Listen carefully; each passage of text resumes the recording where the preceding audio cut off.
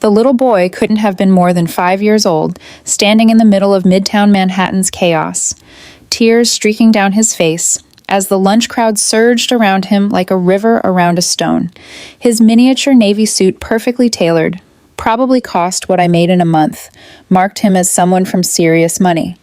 But that didn't stop the sea of professionals from parting around his small frame without a glance. Welcome to New York, where a crying child in designer clothes is just another Tuesday obstacle between you and your overpriced salad. I should have kept walking.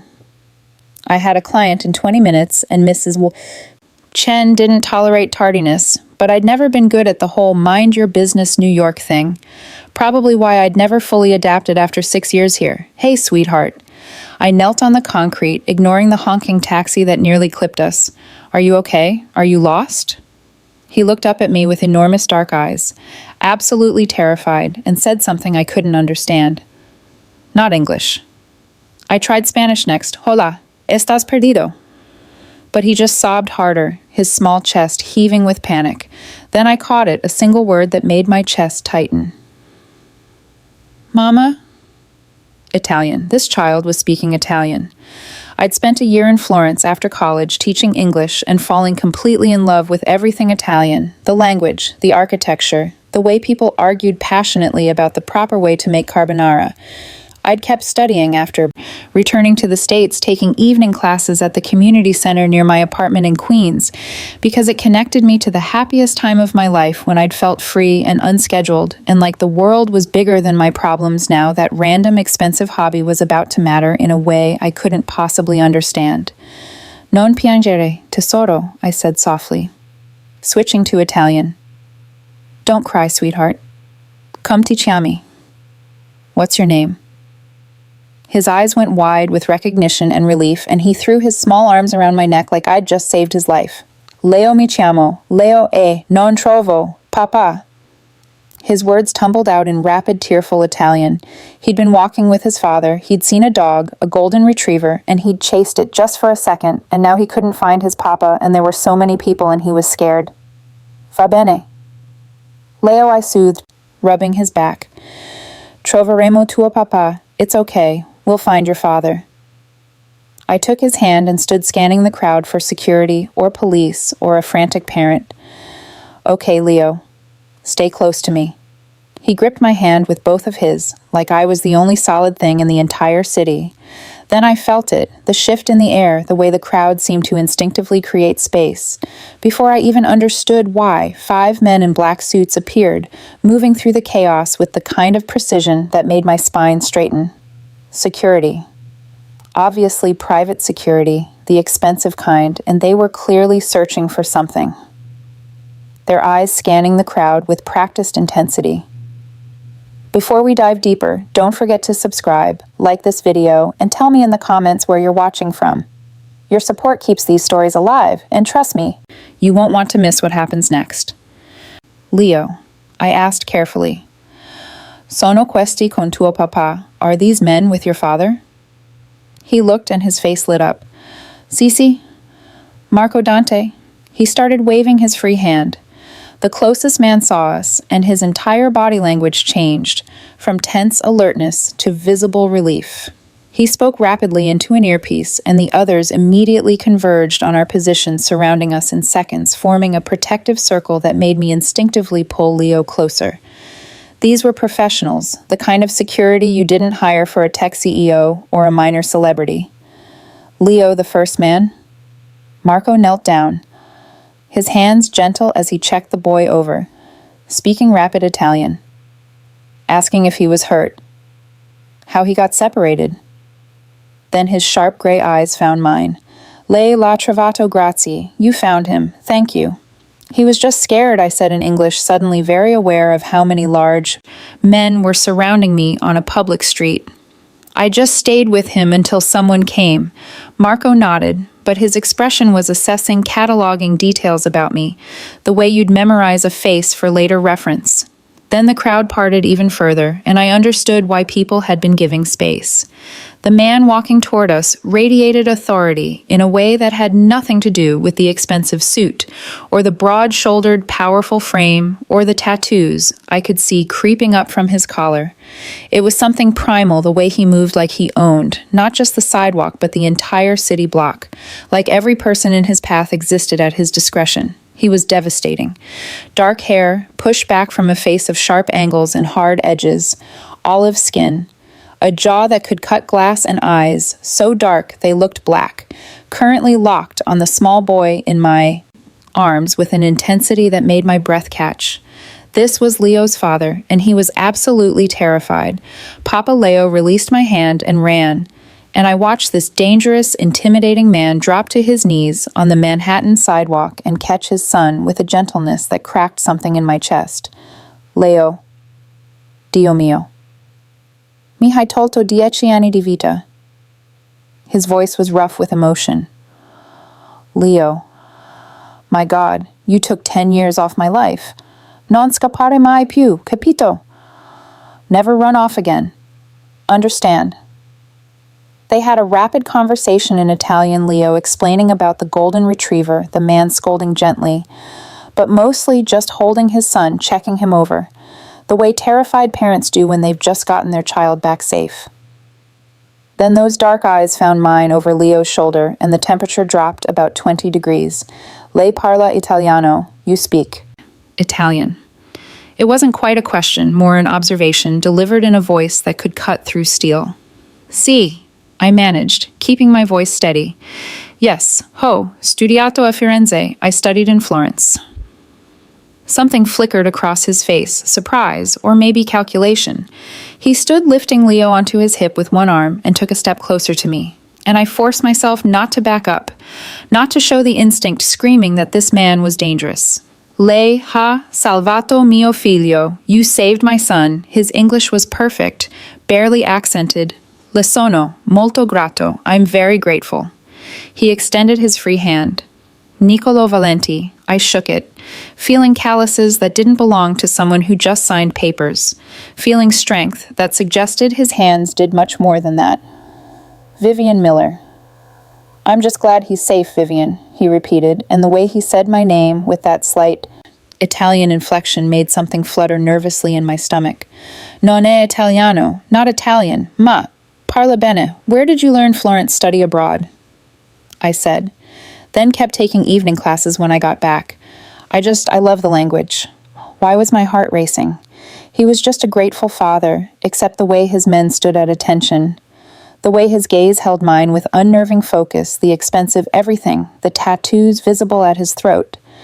This was not just anything, Leo say, thank you. To the kind lady who saved you, Niccolo said, switching back to Italian. Grazie, Vivian, Leo said solemnly. Then surprised me by hugging my legs. Sei molto gentile, you're very kind. Prego piccolo, you're welcome, little one. I smiled and ruffled his dark curls, and when I looked up, Niccolo was watching me with an expression I couldn't read, intense, focused, like he was memorizing every detail of my face, every word I'd spoken. I should go, I said, suddenly desperate to get away from his scrutiny. I have a client in 15 minutes, Dove Lavora. Where do you work? I hesitated. Midtown Fitness Studio, near Rockefeller. He nodded slowly. Come, if you give Marco your information, I'd like to send something to thank you properly. That's really not necessary. I was already backing away, taking advantage of a gap in the wall of security. I'm just glad Leo's okay. Arrivederci. Aspetti, wait. His voice cut through the noise, but I was already moving, disappearing into the lunchtime crowd.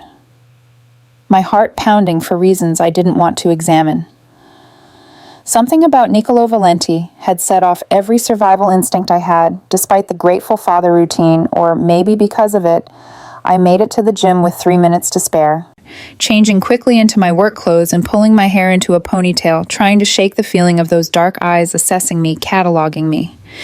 You okay, Viv? My boss, Marcus, called from his office. You look rattled. Just a weird morning helped a lost kid find his dad. I grabbed my clipboard and headed to the training floor, pushing the encounter out of my mind. But I couldn't shake it, not during Mrs. Chen's session. Not during the afternoon boot camp. Not during the spinning class I covered at 5. Something about the way Nicolo had looked at me like I was either a problem to solve or an asset to acquire stayed lodged in my chest, like a warning I couldn't quite interpret. By the time my shift ended at 8, I'd almost convinced myself I was being paranoid. Then I saw the SUV, black expensive tinted windows parked directly across from the gym entrance. I told myself it was nothing. New York had a million black SUVs, except when I started walking toward the subway. It pulled away from the curb and followed me slowly, staying exactly 1 car length behind. My mouth went dry. I walked faster. The SUV kept pace. I ducked into a bodega, pretending to browse while watching through the window. The SUV idled outside, not trying to hide, just waiting, making it clear I was being watched. I pulled out my phone, hands shaking, and called the only person I could think of. Jenna, my best friend and former roommate. "Someone's following me," I said. When she picked up, "Black SUV been tailing me since I left work." "Viv, slow down.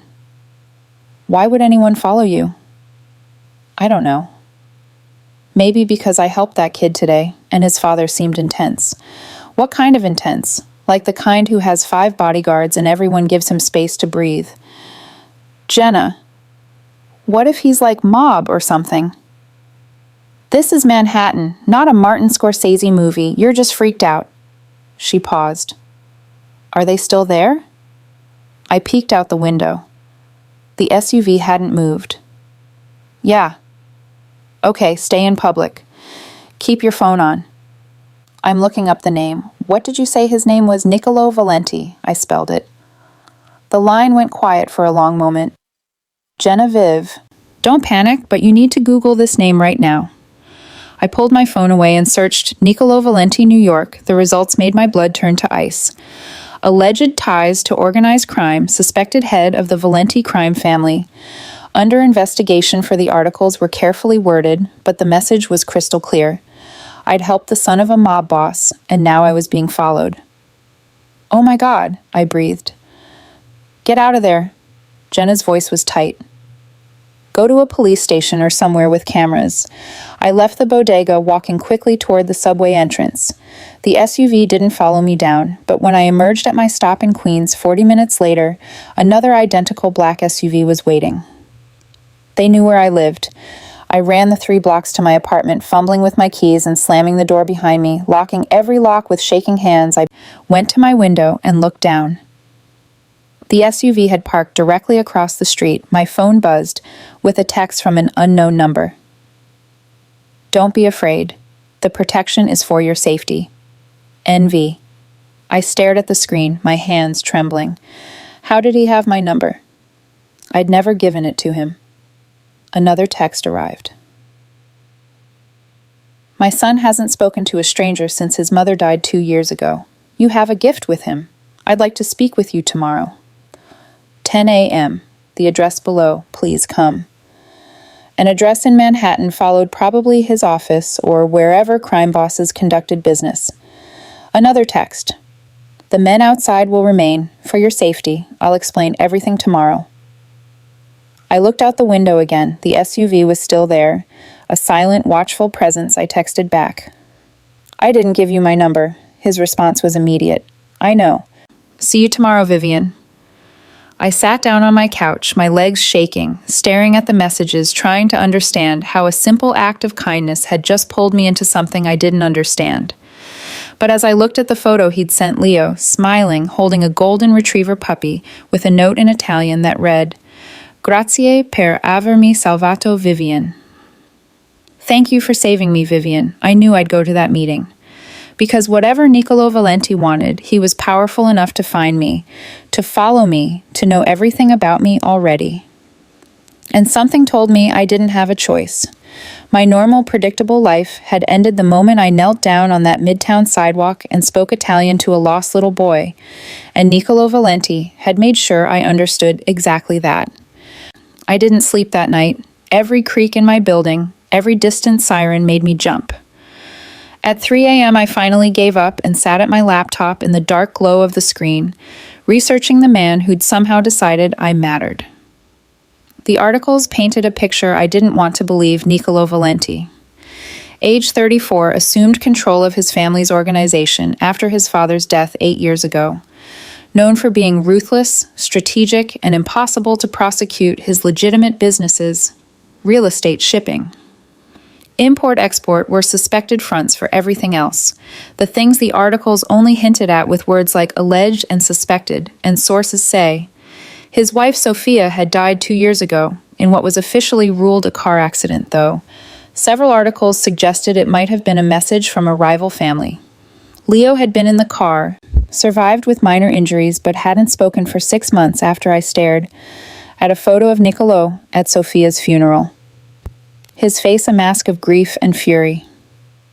Leo, small and hollow-eyed, clutched against his chest, and something in my chest cracked despite everything, despite the SUV outside and the invasion of my privacy. This was a father who'd nearly lost everything. At 9:30 a.m., I stood outside my apartment building in my best professional clothes, navy pants, white blouse, trying to look competent and unfazed. The SUV was still there, and when I started walking toward the subway, a man in a dark suit fell into step 20 feet behind me. My shadow. He followed me onto the train, stood 3 people away, followed me back, above ground. In Manhattan, stayed exactly the same distance behind as I walked to the address Niccolo had sent, a towering glass building near Bryant Park with the kind of lobby that screamed money and power. The security guard at the desk looked at me like he'd been expecting me. Ms. Miller. Mr. Valenti is expecting you. 40th floor, the elevator requires a key card. He handed me one. My hand shook as I pressed the button. The elevator was glass-walled, and as it climbed, I could see all of Manhattan spreading below me, glittering and indifferent. The doors opened directly into a penthouse office, floor-to-ceiling windows overlooking the city, minimalist furniture that probably cost more than my annual salary, and Niccolo standing by the window, in a black suit, his hands in his pockets, watching me with that same intense focus from yesterday. Vivian, he said you came, like I had a choice, I said before I could stop myself. He smiled slightly, and it transformed his face, made him almost human. I suppose you didn't. He gestured to a leather chair. Please sit, we have much to discuss. I sat, but kept my spine straight, my hands folded in my lap, refusing to show how much this entire situation terrified me. Niccolo moved to the chair across from me, not behind the massive desk, an intentional choice to seem less intimidating. It didn't work. Yesterday you did something no one has done in 2 years. He began, his voice quieter now, almost gentle. You made my son feel safe enough to speak. I waited, saying nothing. After his mother died, Leo stopped talking to strangers, stopped trusting anyone outside our immediate family. Therapists couldn't reach him. Teachers couldn't reach him. Niccolo's jaw tightened, and I saw the grief there, still raw, even after 2 years. Then you knelt on a sidewalk and spoke to him in his mother's language, and he trusted you completely. I'm sorry about your wife, I said softly, and I meant it. He nodded sharply, then leaned forward, his dark eyes intense. I want to hire you to spend time with Leo, help him continue opening up, be someone safe for him, someone who isn't part of this world. He gestured vaguely, encompassing his office, his life, everything I knew he meant to be what? Exactly his nanny. More like a companion, a tutor. You speak Italian. You could teach him. Maintain that connection to his mother's heritage. Niccolo paused, and something flickered across his face. Vulnerability. Maybe I'm asking you to be someone he can trust, someone normal, and the men following me, the invasion of my privacy. Protection, he said simply. You're connected to my son now. That makes you a target for people who want to hurt me. I won't apologize for keeping you safe. I should say no. I knew that every rational part of my brain was screaming to run, but I kept seeing Leo's tear-streaked face, his small hands gripping mine, the way he'd looked at me like I was the only safe person in the entire city. "What are the conditions?" I asked. "Name them." "I don't get followed everywhere. I need my privacy, my independence. You don't get to control my life outside of time with Leo." He considered this, nodded slowly, agreed. "You'll have a security detail, but discreet. You won't notice them unless there's a problem. I don't want to know about your business. I don't want to be involved in whatever else you do." "I wouldn't want you to be," he said firmly. "You're for Leo, nothing else. And if I want to leave, then you leave." His eyes held mine. "No one keeps you here against your will, Vivian. You have my word." I didn't trust his word, but I trusted the desperation I saw under his controlled exterior. This was a father trying to save his son. "When do I start?" I asked. "Tomorrow," he stood, extending his hand. "I'll send a car for you 10 a.m. I shook his hand, feeling that same strength, those same calluses, and wondered what kind of person I was becoming, that I'd just agreed to enter a world I knew I should run from. But as I left his office and rode the elevator back down to street level, I realized something terrifying. I didn't want to run. I wanted to help Leo, and some reckless part of me wanted to understand the dangerous, complicated man who was his father. The Valenti world had opened, and I'd walked through the door willingly. The car that picked me up the next morning was a Mercedes with a driver who introduced himself as Marcus, the same security guard from the street, and drove me not to Nicolo's office, but to a brownstone in the Upper East Side, the kind of address that whispered old money and protection. Nicolo met me at the door, Leo tucked against his side, still in pajamas, clutching a stuffed lion. "Buongiorno," Vivian, Leo said shyly, and my heart melted a little. "Buongiorno, tesoro." I knelt to his level, ready to start our day. Those first weeks were tentative, Leo testing whether I'd stay, whether I was safe.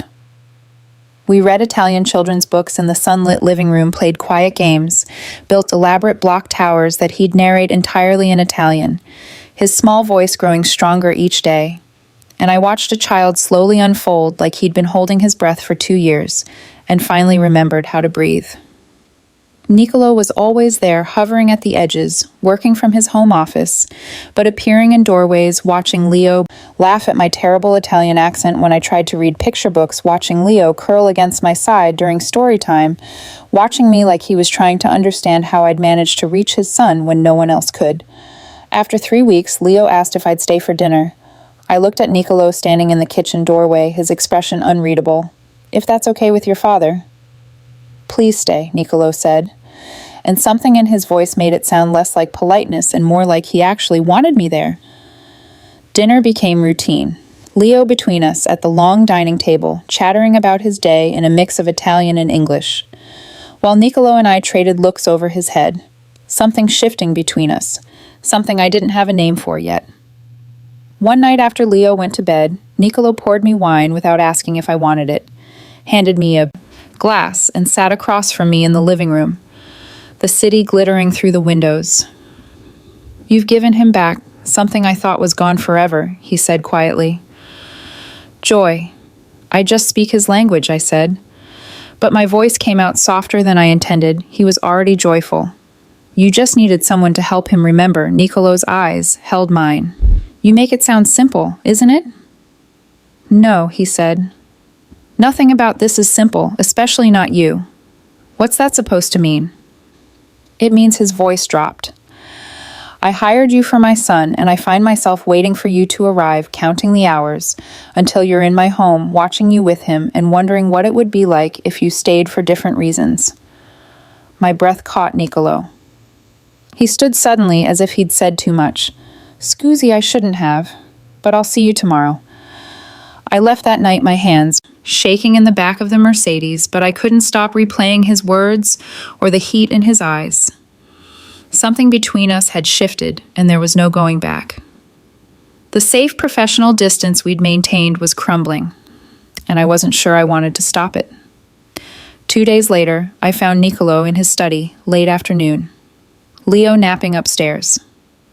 The door was open, but he looked so lost, staring at a photograph in his hands, that I almost left him alone. Almost. Is that her? I asked quietly from the doorway. He looked up startled, then nodded. Yes, Sophia.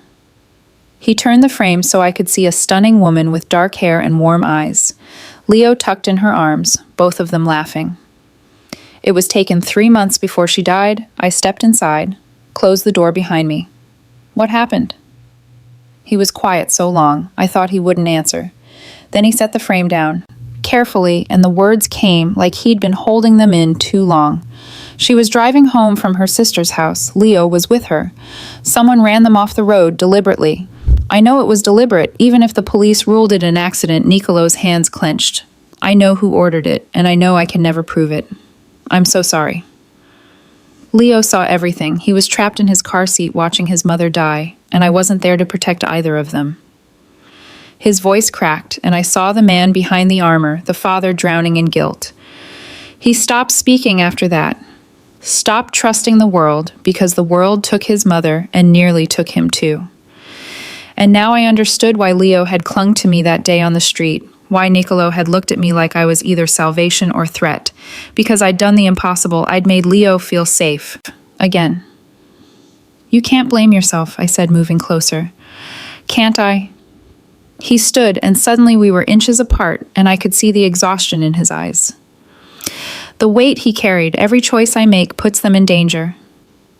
Every enemy I have looks for weakness, and my son is the biggest weakness I have, and now you.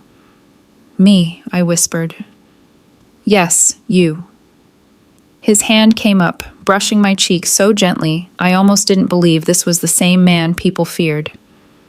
Vivian, do you understand what you've become to us, to me?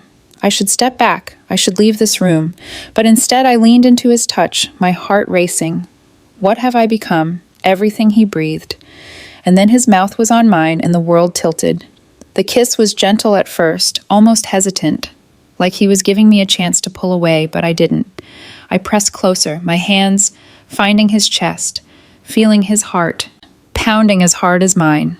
And the kiss deepened, became something desperate and inevitable, like we'd both been fighting this for weeks and finally stopped pretending. When we broke apart, we were both breathing hard, his forehead resting against mine. This is dangerous, he murmured. I know, I said. But I didn't move.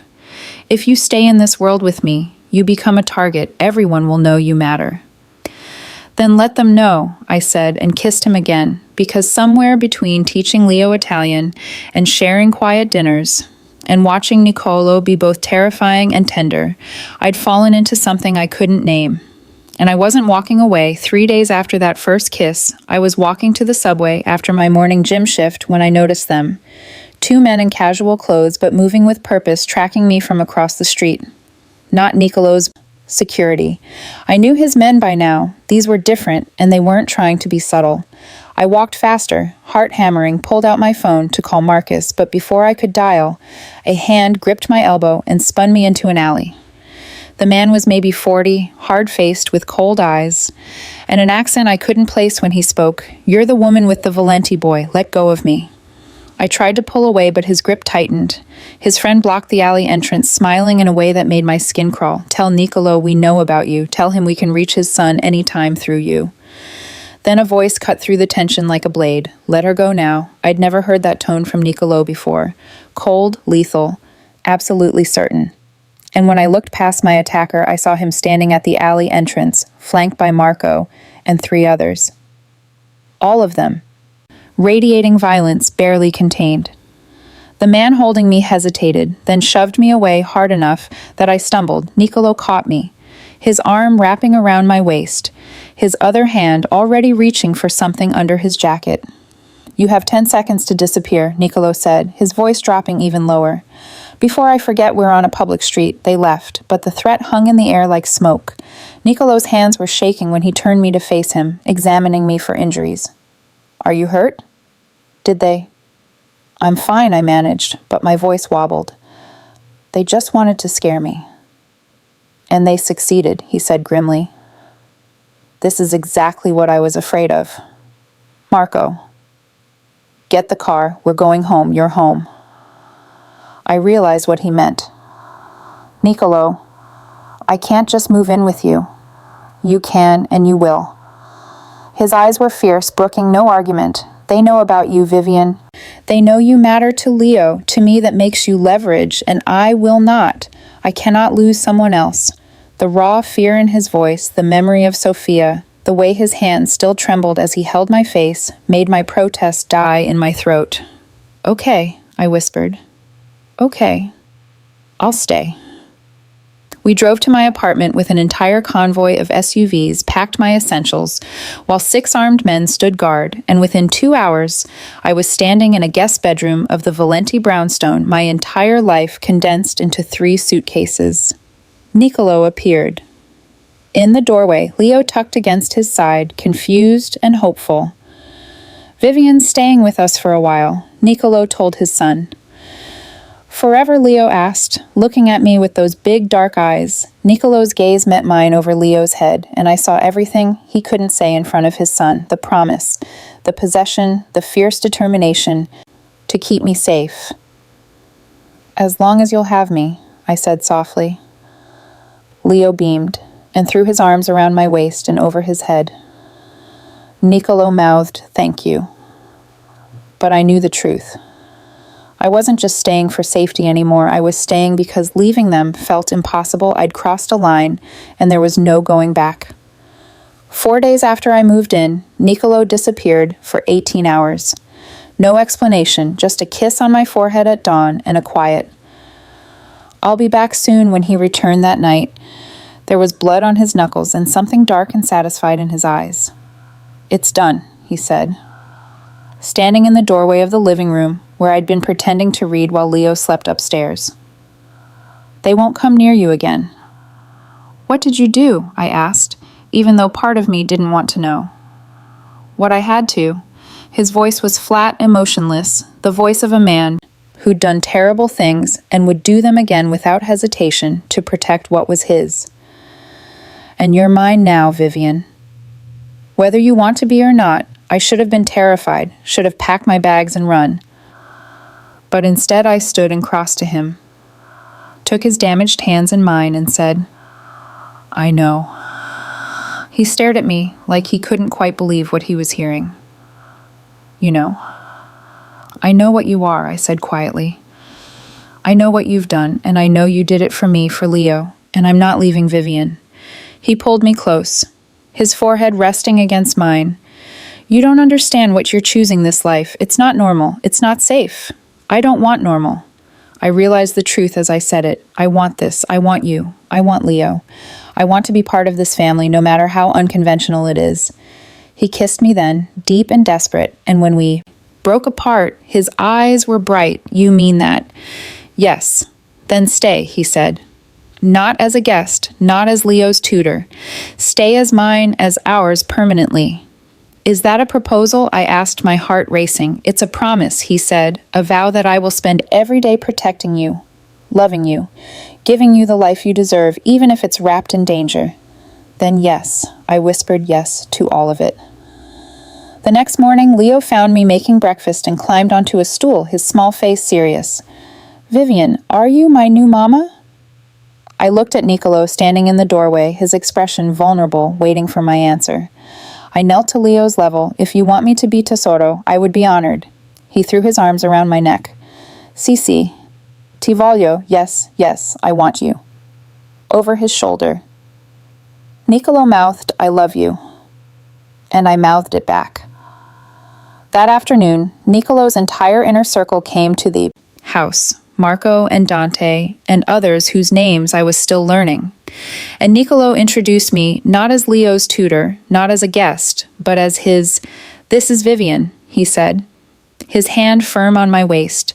She's family now, mine, and anyone who threatens her answers to me personally. The men nodded their acceptance, immediate and absolute, and I understood what I'd become. I wasn't just Nicolo's partner. I was under the Valenti protection, permanently marked as untouchable. That night, after Leo was asleep, Nicolo pulled me onto the balcony, overlooking the city lights, his arms wrapped around me from behind. Are you sure? He murmured against my hair.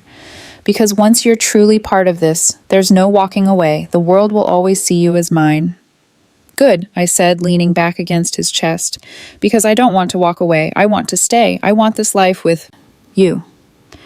Then welcome to the family. Vivian Valenti, he said, and I realized he'd already decided my future, my name, and I didn't mind at all. The transformation happened gradually, then, all at once, like falling asleep or falling in love.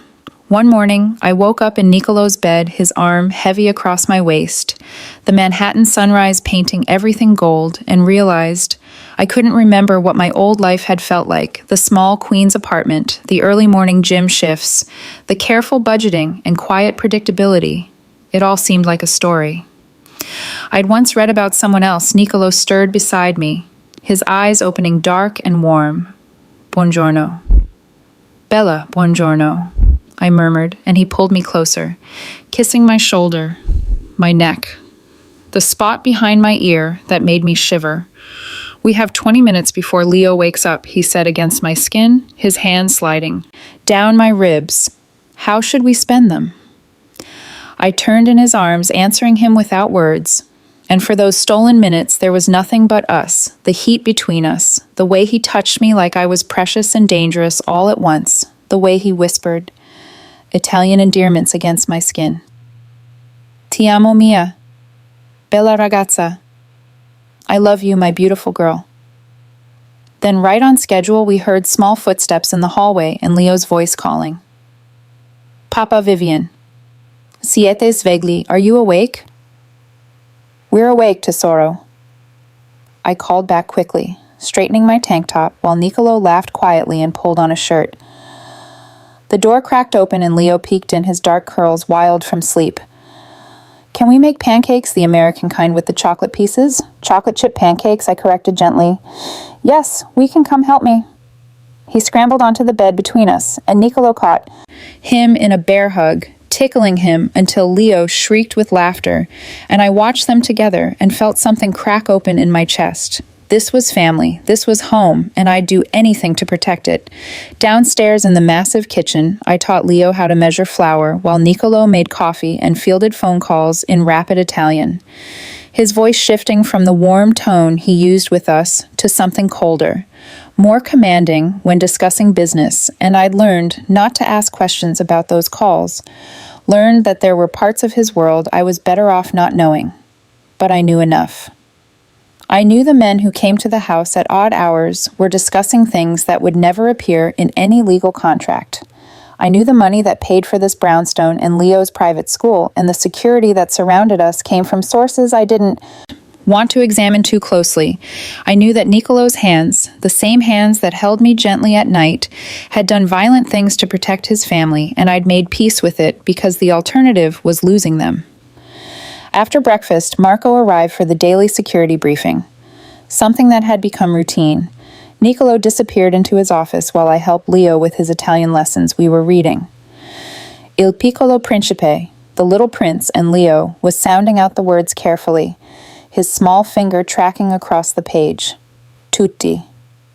I grandi. Sono stati bambini una volta, ma pochi di essi se ne ricordano. He read, then looked up at me. What does it mean? All grown-ups were once children, but only few of them remember it, I translated. It's saying that adults forget what it was like to be young, to see the world with wonder. Like Papa Leo asked, does he forget? Sometimes I said honestly, but you help him remember, tesoro, you and I both do. Leo considered this, then smiled and went back to reading, and I thought about how much he'd changed in the months since I'd found him crying on that midtown street. He laughed now easily and often spoke in full paragraphs in both Italian and English. Had stopped flinching at loud noises or unexpected movements. He was becoming the child he was supposed to be before tragedy stole his mother. That afternoon, Nicolo found me in the library, curled in the window seat with a book. He sat beside me, pulling my legs across his lap, his hand automatically stroking my calf. We need to talk about something. That sounds ominous, I said, setting the book aside. He smiled slightly. No, nothing bad. I want to make us official, he said, a proper announcement to everyone who matters that you're mine, that you're part of this family, like a party, like a statement. He corrected, his eyes intense. Vivian, in my world. There are rules about family, about who's protected, who's untouchable right now. People know you're with me, but there's a difference between knowing and it being official. Once it's official, you're under the full protection of the Valenti name. No one touches you, no one threatens you, without answering to every ally I have, and the downside. You become a target for my enemies permanently, he said bluntly. No, going back to your old life ever. If you wanted to leave me, you'd still be Vivian, who was with Niccolo Valenti. And that's a mark that doesn't wash off. I looked at him. This man who terrified half of New York, who'd killed for me, who held his son with infinite gentleness, who whispered poetry in Italian when he thought I was asleep. I'm already a target, I said simply, and I'm already yours, so make it official. Are you sure? I've never been more sure of anything I said and meant it. He kissed me, then deep and possessive, and when we broke apart, he said it'll be next Saturday, a dinner at the house. My family, my associates, everyone who needs to know, wear something that makes me forget how to think. I laughed. You're shameless. Only with you, he said, and pulled me into his lap, and we stayed like that for a long time, the afternoon sun streaming through the windows. While somewhere in the house Leo played, and outside the city hummed, and I felt safe in a way I'd never expected to feel in this dangerous world. The week leading up to the dinner was chaos. In the best way, Niccolo insisted on taking me shopping personally, which meant closing down an entire boutique in Soho for 2 hours, while I tried on dresses and he sat in a leather chair drinking espresso and giving his opinion in Italian, which ranged from, no, absolutely not, to that one. I'm buying that one, even if you never wear it, just so I can imagine you in it.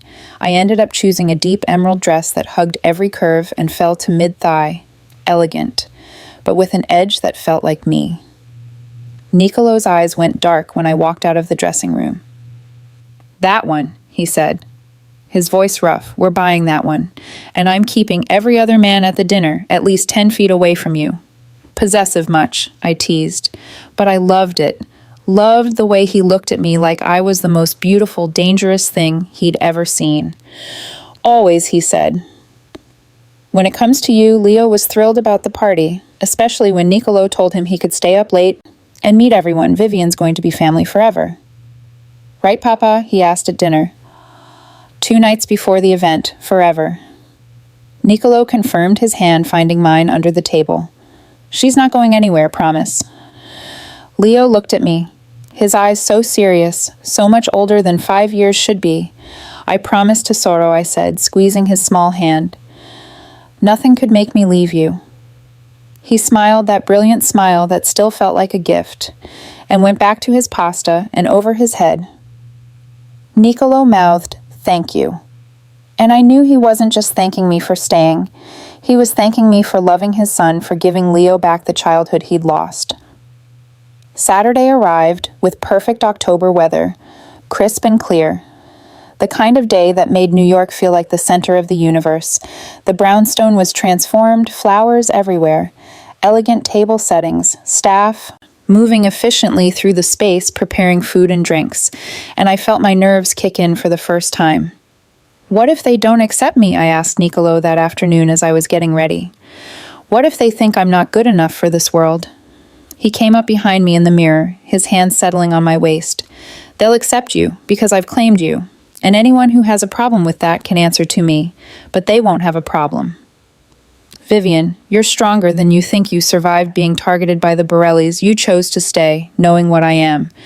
You've brought my son back to life. They'll respect that. I leaned back against him, drawing strength from his certainty. Okay. Besides, he kissed my neck. You look devastating in that dress, and everyone's going to be too busy being jealous of me to question anything.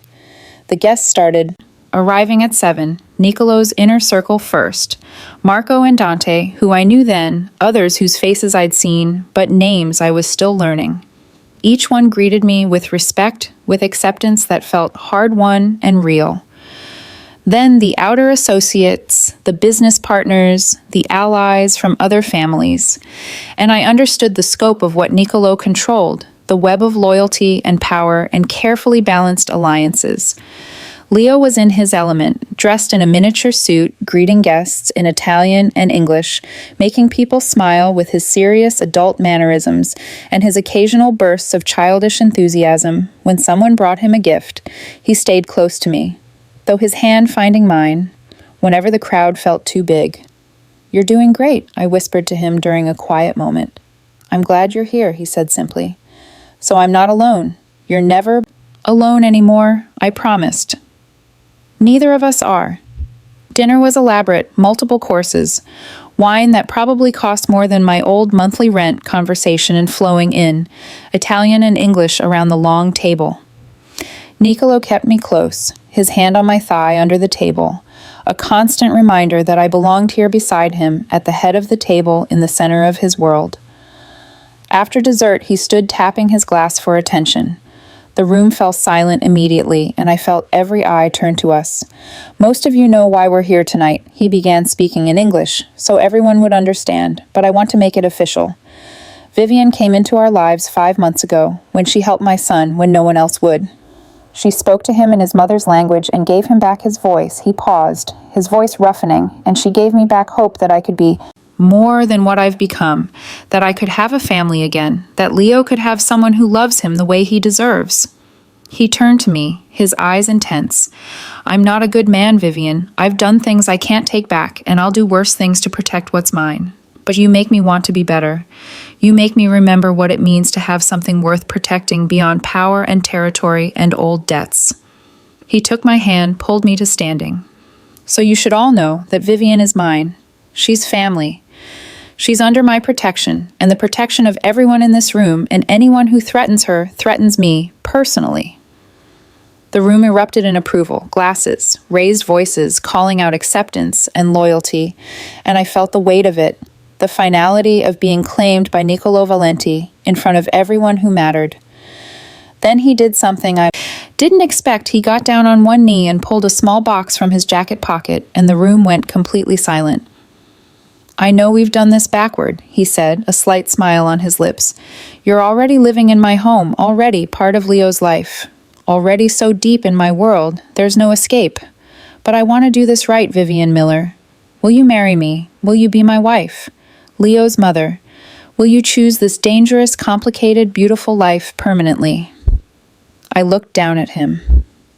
This man who'd terrified me that first day, who I'd watched transform from cold crime boss to devoted father, who made love to me, like I was the only thing that mattered, who'd killed to protect me, who was offering me everything he had. Yes, I said, my voice clear and steady. Yes to all of it. He slid the ring onto my finger, a stunning emerald surrounded by diamonds that caught the light like fire, and stood pulling me into a kiss that was probably too intimate for the audience we had.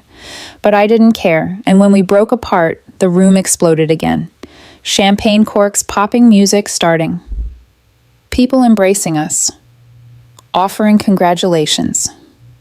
Leo pushed through the crowd and hugged both of our legs. "Does this mean Vivian's really my mama now?" "Really, truly," I said, picking him up, even though he was getting big for it forever. He kissed my cheek, then whispered, "Ti amo, mama," and I felt tears prick my eyes. "Ti amo anche io, tesoro." I love you too, sweetheart. The party continued late into the night, but eventually guests started leaving, embracing Niccolo, shaking my hand or kissing my cheeks, welcoming me officially into the family. Leo had fallen asleep on the couch around 11, and Niccolo carried him upstairs, tucking him in with a tenderness that still surprised me. Finally, it was just us, standing in the quiet brownstone. The staff had cleaned everything and left, and we were alone. I kicked off my heels, and Niccolo pulled me close, swaying slightly, even though there was no music. "How do you feel?" he asked, Mrs. Valenti. "We're not married yet," I pointed out. "A technicality," he said. "We'll fix that soon, but you're already mine in every way that matters." I looked at the ring on my finger, the weight of it still foreign, still thrilling. I feel like I fell through the looking glass. I admitted 5 months ago. I was a fitness trainer, living in Queens, eating ramen for dinner. And now I'm engaged to a man who runs half of New York's underworld, living in a brownstone in the Upper East Side with security following me everywhere and a 5-year-old calling me mama. Regrets, he asked. But his voice was uncertain. None, I said firmly, not a single one. This is the most insane thing I've ever done, and I'd do it again in a heartbeat. Good, he said, because I'm never letting you go. Vivian, you're stuck with us. Promise, I asked. Promise, he said, and kissed me, and I tasted forever in it. We went upstairs, eventually checking on Leo once more, finding him sprawled across his bed, clutching his stuffed lion, then retreating to our room where Niccolò slowly unzipped my dress, letting it pool at my feet, his hands mapping every inch of skin he revealed. Sei la cosa più bella che mi sia mai capitata, he murmured against my shoulder. You're the best thing that ever happened to me. Show me, I whispered, and he did, with hands and mouth, and whispered endearments in Italian, until we were tangled together in the sheets, the city lights painting patterns across our skin. Later, as I lay in his arms, both of us hovering in that space between waking and sleeping, he said something that made my heart clench. I was lost before you, he said quietly. After Sophia died, I was just going through motions, keeping Leo alive, keeping the business, running but not actually living.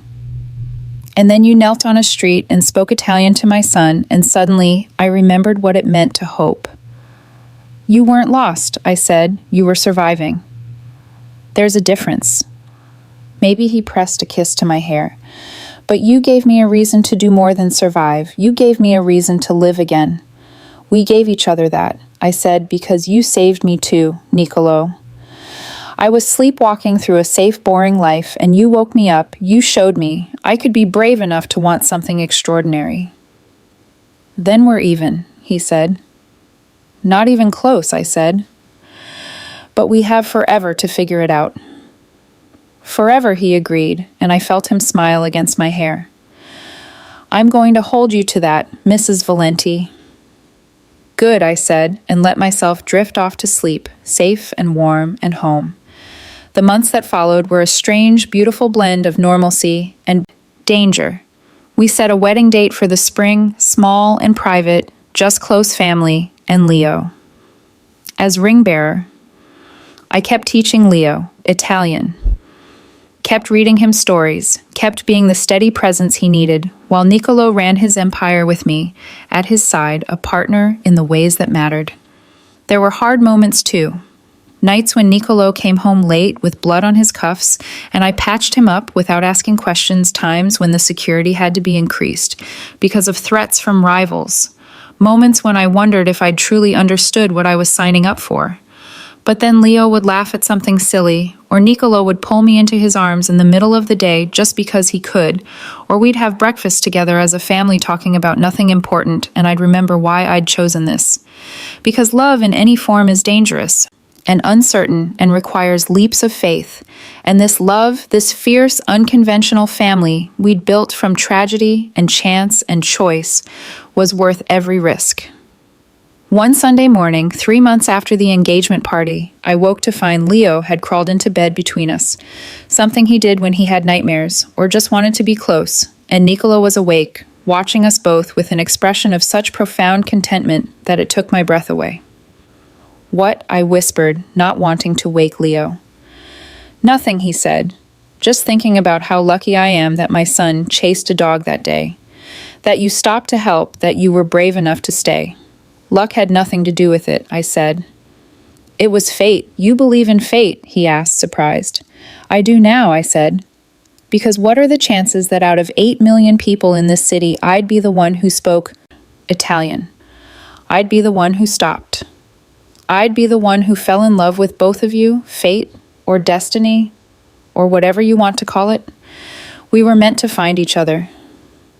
He reached over Leo's sleeping form and took my hand, bringing it to his lips. Then I'm grateful to fate, he said. And to you for choosing us always, I said, and meant it. Because this was my life now, not the safe, predictable one I'd planned, but something wilder and richer and more beautiful. Something worth fighting for, worth dying for. If it came to that, I was Vivian Valenti, soon to be officially mother to a resilient sweet boy who called me Mama. Partner to a dangerous, complicated man who loved me with a ferocity that still took my breath away, and as I lay there with Leo curled between us, and Niccolo holding my hand, and the morning sun streaming through the windows, I realized something important. I wasn't just surviving in this world, I was thriving. I'd found my place, my purpose, my family. The woman I'd been before that day on the street felt like a stranger.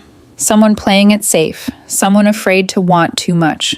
That woman was gone, and in her place was someone braver, someone who'd learned that the most extraordinary life often comes disguised as the most dangerous choice. And I wouldn't change a single thing. Not the fear, not the risk, not the moments of doubt, because they'd all led me here to this moment, to this family, to this love, and that was everything.